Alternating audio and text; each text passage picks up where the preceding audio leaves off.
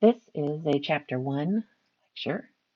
We're going to talk about the interior structure of the Earth, and this lecture is going to cover slides from the PowerPoint, number 4 through 15.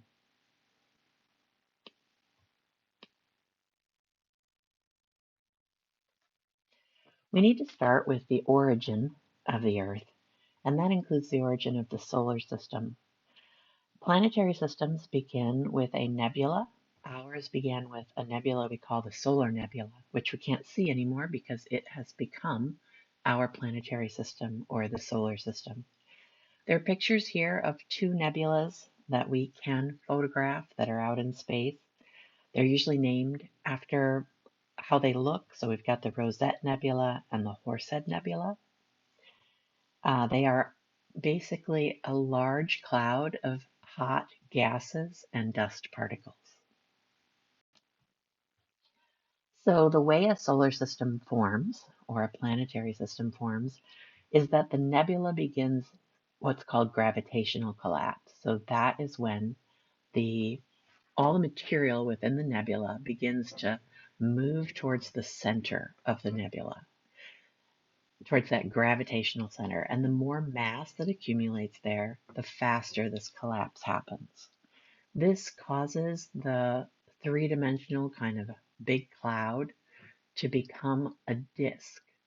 The cloud was already spinning slightly, but the more mass that accumulates in the center, the faster that spin becomes. And so as that spin moves faster and faster, the cloud collapses into this spinning disk, kind of like a frisbee shape.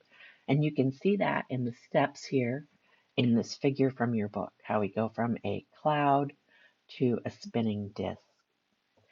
The material within that disk begins to clump together, and through multiple small and then larger and larger collisions, the planets are formed. This process creates a lot of heat. All those collisions have a lot of energy. So each planet that forms is very hot. Because of all that heat, the interiors of the planets begin to melt. And so we have a sort of molten ball of homogeneous material. That melting doesn't happen all at the same time.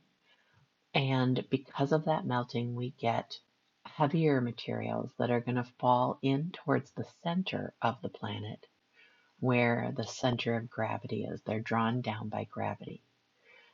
The first materials for this happen to were iron and nickel. They have a low melting temperature, and so they begin to become liquid quicker, and then they begin to sort of drip down towards the center. And you can see that in this figure on the right. We call this planetary differentiation because we are taking a ball of homogeneous material and we're separating out layers of different composition. The compositions are related to the density, so iron and nickel are higher density than rocky materials, and so they sank down, whereas the rocky materials stayed higher. So we start out with this core formation, and you can see that here in this figure. We've got these little yellow droplets moving down towards the core because the gravity is higher there. So we create this layered Earth, and these layers that form the core, the mantle, and the crust are all chemically distinct from each other. So each one has a different chemical composition. So we're going to talk about the characteristics of these internal layers. We're going to start with the core in the center. Importantly, it's the only layer of the Earth that is metallic. So it's made of a metal, not a rock. The rest of the Earth is all made of rocks. There's an outer core and an inner core. They have the same composition, but the inner core is solid and the outer core is liquid. Those are important for future things we'll talk about. So inner core is the solid one, and the outer core is the liquid one. The composition is mostly iron and nickel. We call it a metal alloy, and it takes up about half of the diameter of the Earth. So it's 3,000 kilometers thick. So from the center of the Earth to the whole Earth is about 6,000 kilometers. So the core here at the edge is 3,000 kilometers. So about half of the Earth is its core. If we move up then to the mantle, we have a rocky layer that is solid. In fact, all of the Earth except for that outer liquid core is solid. The composition in this case includes a lot of oxygen bonded to silicon, iron, and magnesium. So those are the dominant elements that make up the rocks of the mantle. It is also about 3,000 kilometers thick. So if we go from the outer core up to here, we have another 3,000 kilometers. That means that the core plus the mantle is almost the thickness of the whole Earth.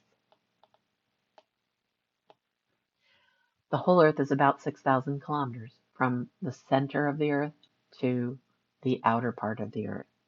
What that means is that the next layer must be very, very thin in comparison. And in fact, it's about the relative thickness of the skin of an apple compared to the rest of the apple. So that's the crust. Again, rocky, again, solid.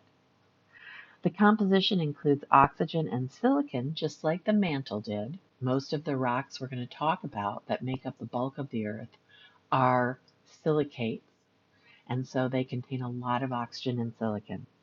But then we have some lighter elements. Magnesium and iron, which were abundant in the mantle, are heavier. Aluminum, sodium, calcium, and potassium are a little bit lighter.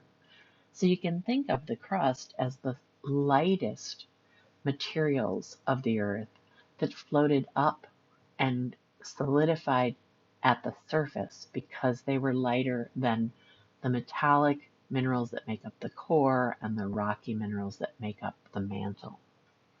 It's only about 10 to 70 kilometers thick, so very thin compared to the rest of the Earth. So we've talked now about chemically distinct layers. That's the core, the mantle, and the crust. But it turns out there are other ways in which you can divide the interior of the Earth that are equally important. In fact, in some ways more important for our understanding of how the Earth actually works, like why we get volcanoes, why we get earthquakes, and the locations. Why do they happen where they do?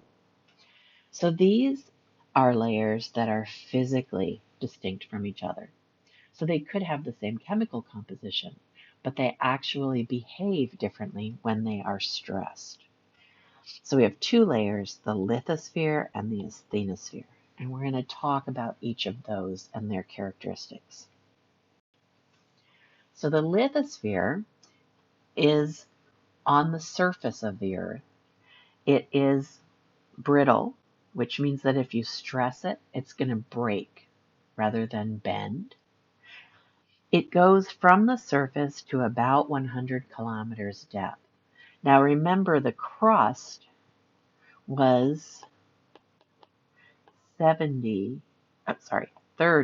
to 70 kilometers thick. So if this layer starts at the surface and goes down to 100 kilometers, we can see that it includes all of the crust, all of this stuff here, but then goes a little bit deeper into the very uppermost mantle. And that's the layer that you can see here in green. You can see how it includes the crust and part of the mantle. The asthenosphere is just below the lithosphere. Instead of being brittle, it's ductile or plastic. And what that means is that it will flow very slowly. So if you stress it, instead of breaking into pieces, it actually will bend or flow. on the order of centimeters per year. So we're talking about a very slow kind of movement because it is still solid. It's just a slightly warmer solid. It then starts where the lithosphere ends at 100 kilometers depth and goes down to about 350 kilometers depth. So that is still within the upper mantle. So you can see in this figure that it is right below the lithosphere and is completely contained within the mantle.